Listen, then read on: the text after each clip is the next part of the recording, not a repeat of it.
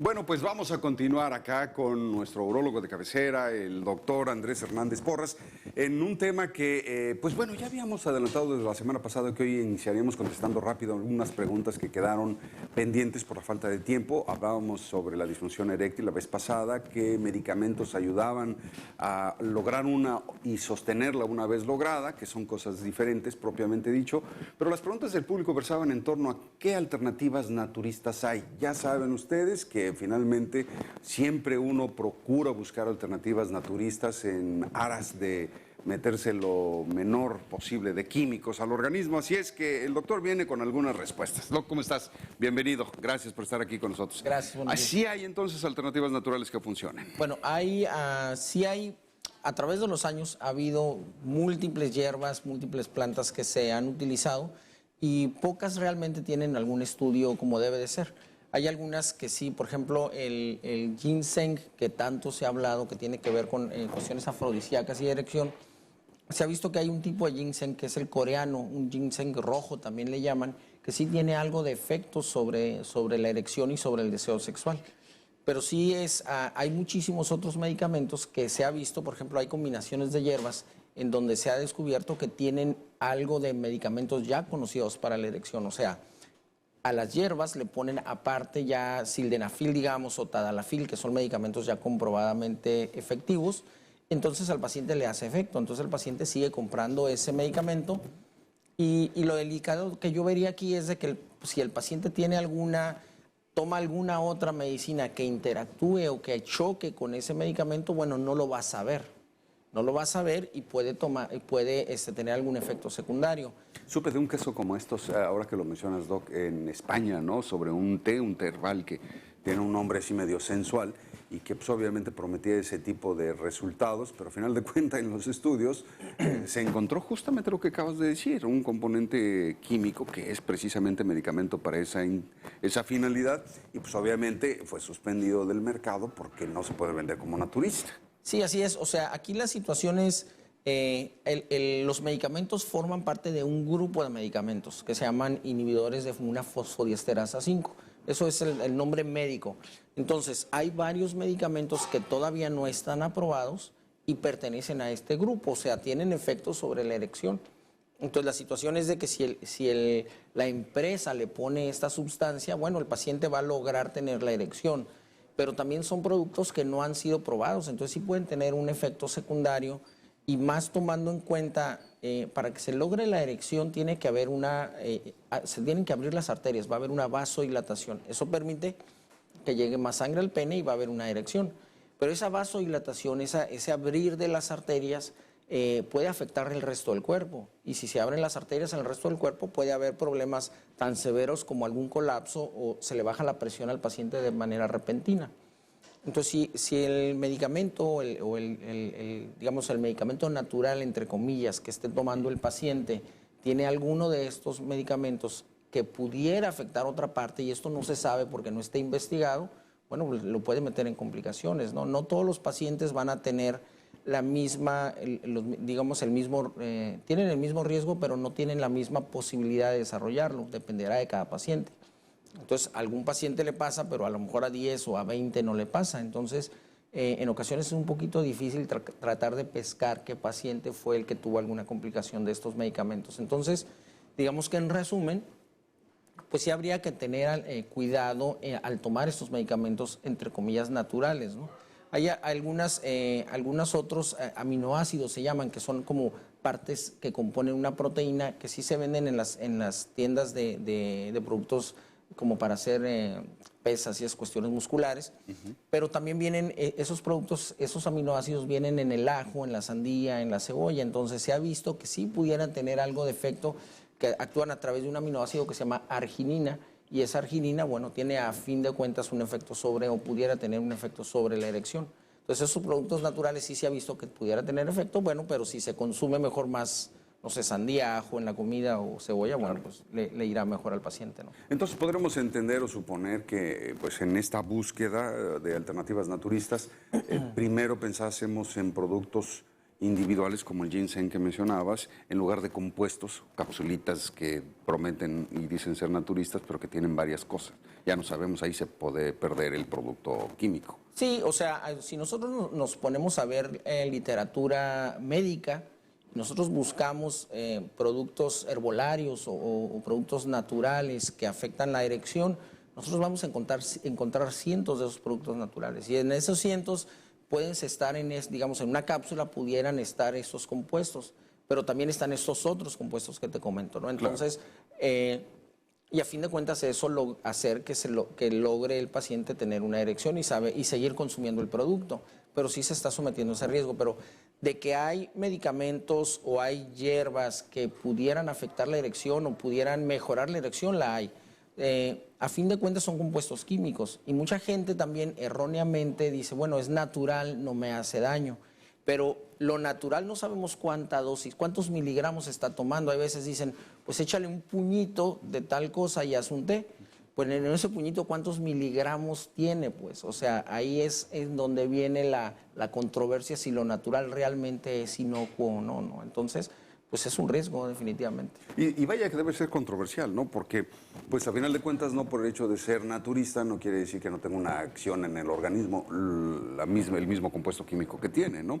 Como la aspirina, que lo hemos visto, pues es extraído de una corteza de un árbol y a final de cuentas, si se pasa uno de esas cantidades, tiene un efecto. Las plantas, muchas plantas son terriblemente venenosas y otras tóxicas, y son naturistas, ¿no? Sí, no, hay un medicamento que es para el corazón, el que se llama Digital, y ese viene de una planta, y es un medicamento que se usa en microdosis para que el corazón lata más fuerte, pero si se pasa de esas dosis, el paciente puede terminar infartado. Entonces, si el paciente se equivoca, digamos, anda en el campo y se toma una hoja de eso, pues se va a infartar probablemente. No sé exactamente cuántas hojas se deba de comer, pero a lo que voy es son medicamentos, son plantas que no son inocuas. La penicilina viene de un hongo y puede matar a mucha gente que sea alérgica a la penicilina y salvar a otras, ¿no?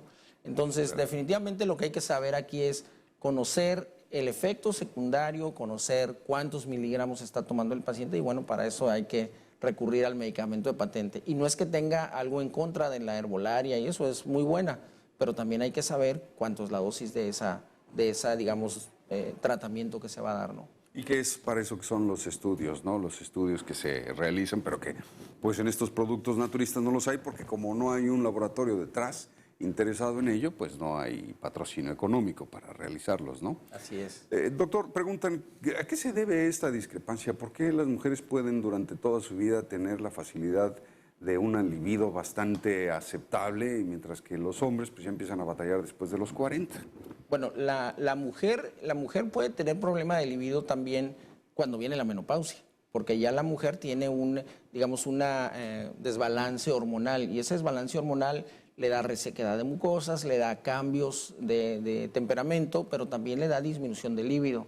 Y hay que darle suplementos hormonales a la mujer, obviamente controlados, para que no le dé una consecuencia sobre algún cáncer o alguna otra enfermedad que pudiera desarrollar a consecuencia de estos hormonales. Entonces, la mujer sí puede tener problemas de líbido después de que se le presenta la menopausia. El hombre, a diferencia, es de que no sabemos cuándo tiene la andropausia, porque no hay una regla o una menstruación que, digamos, nos marque el final del periodo en donde produce suficientes hormonas. Pero el hombre, bueno, ya alguna vez lo hemos comentado, tiene ciertos cambios, pérdida de concentración, de repente pérdida de memoria. No quiero olvidar ninguno, pues si no van a diagnosticar, pero Sí. Cambios en el cuerpo. Por ejemplo, el paciente probablemente haga mucho ejercicio o hacía mucho ejercicio y tenía un resultado. Ahora hace el mismo ejercicio y no obtiene el resultado, no baja de peso, la obesidad es más central, o sea, están más panzones, o ya hay más desarrollo de grasa en lo que llamamos intraabdominal, ¿no? Entonces, ya esos cambios se dan. Los pechos también, los pectorales se caen, o las mamas se caen. Igual el desarrollo muscular cuesta mucho más trabajo. Entonces, esos son cambios. Y bueno, obviamente la libido y la erección cambia también. Entonces, esos son cambios que se dan en la andropausia y son cambios un poquito más indirectos, porque si hacemos un examen de sangre también no hay una curva que nos diga después de 3 no es y antes de 3 sí es. tenemos que conjuntar un resultado de laboratorio con los datos clínicos del paciente y haber descartado otras posibilidades, porque un problema de tiroides que funciona lento, un hipotiroidismo, les puede dar muchos datos muy similares a andropausia. Problemas de otra hormona que se llama prolactina que se produce en el cerebro. Si la prolactina está alta, puede ser producida esa digamos, elevación por un tumor en el cerebro. Entonces, si el paciente tiene disminución en la libido y si tiene esos cambios hormonales, bueno, pues hay que buscar que la prolactina no esté alterada y descartar otra cosa. Y eso es lo más frecuente. Como eso, bueno, hay otras hormonas que pudieran afectar de suprarrenales, etcétera. Entonces, no es tan sencillo el diagnóstico en el hombre como en la mujer, pero los dos presentan cambio de libido.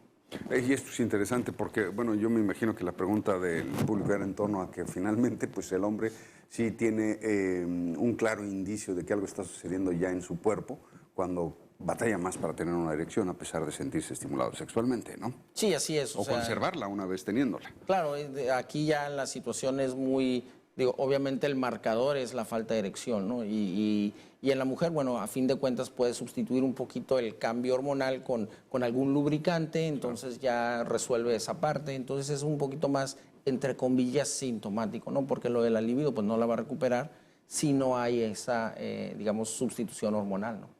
Bueno, pues a lo mejor algún día vamos a llegar a también un cuadro, una vez que se investigue más, en el caso de los hombres, a una terapia de sustitución de hormonas, ¿verdad? Así Me es, imagino, es más necesario. A ver qué es lo que sucede por ese lado. De la prolactina hablaba, doctor, alguien nos pregunta, ¿esta hormona estimula la producción de leche en las mujeres embarazadas? Entonces, ¿no se produce únicamente nada más cuando hay un embarazo presente? No, cuando hay un tumor, se llama adenohipófisis, en la glándula que está en el cerebro, se puede producir más prolactina, incluso el hombre puede llegar a producir leche. Entonces hay un crecimiento de los pechos, puede haber producción de leche, y eso, bueno, son datos muy evidentes de que la prolactina puede estar mal. Pero cuando está empezando a elevarse, cuando el tumor está empezando a producir esa hormona, muchas veces se manifiesta como un problema de disminución de líbido simplemente, ¿no? El paciente tiene disminución de líbido a lo mejor a los 20, 30 años de edad, un paciente que no lo pudiéramos explicar por el lado de la testosterona, y bueno, entra aquí la investigación de nosotros, ¿no?